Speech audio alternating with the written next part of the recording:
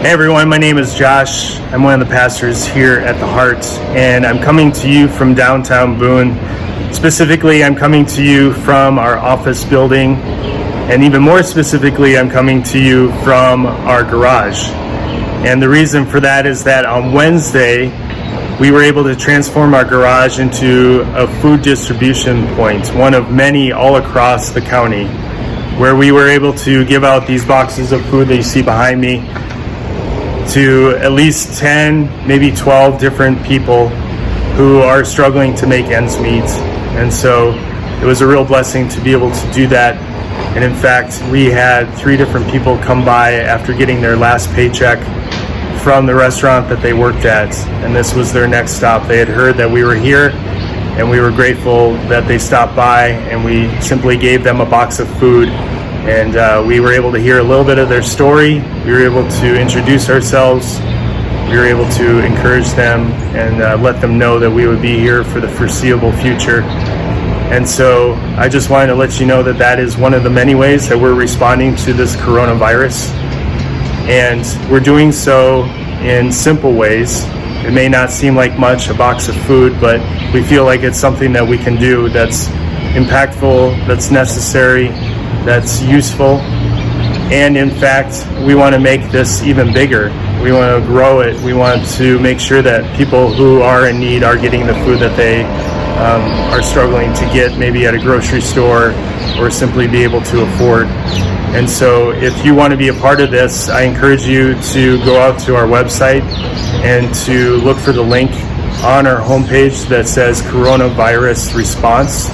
When you click on that, you'll find a whole listing of many different ways that theHeart and other organizations all across the high country are being a part of this response.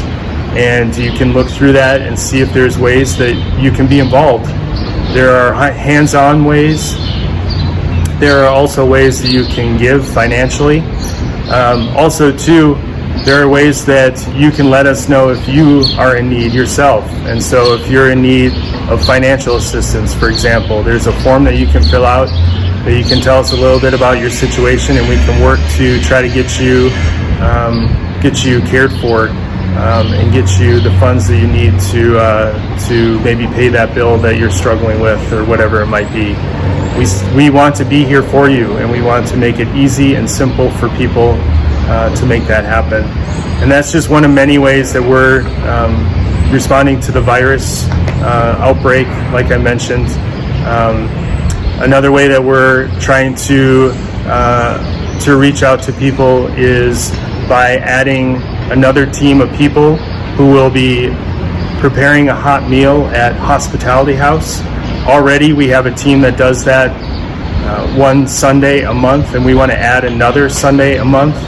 And so if you want to be a part of that team, if you want to volunteer to prepare a hot meal that feeds about 100 food insecure folks who go through the Hospitality House on any given day, I encourage you to go out to our website and to sign up and to let us know. And we'd love to get you involved in that and to get you going with that. Another way that we're trying to love simple is by collecting cards and decorations for people who are living in nursing homes.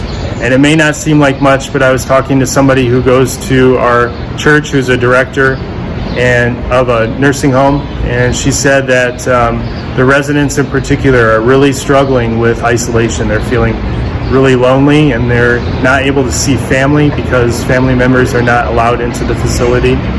And the staff and the caretakers themselves are also struggling because they're pulling 12+ hour shifts.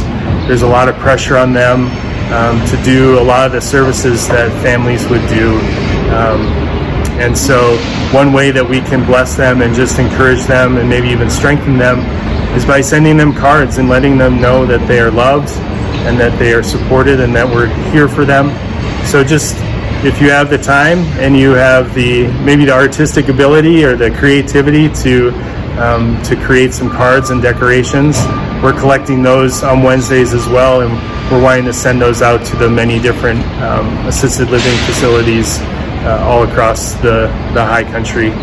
And like I mentioned, there are other things that you can be a part of, and so I encourage you to go out to our website and to check those things out and to see if there's anything that you can be a part of, or to let us know if there's something that you need help with.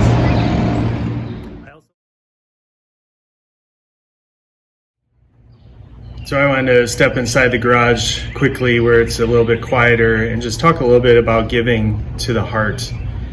And obviously this is a time where a lot of us are struggling with what the future might hold, especially when it comes to finances. And I recognize that and I appreciate that. In fact, there was a time in my life where I was laid off and I was very uncertain as to what things would look like for me and for Emily heading into the future. And it was definitely a scary time in our lives. And I just wanted to talk a little bit about that in relation to our church family and what we can do for one another and with one another.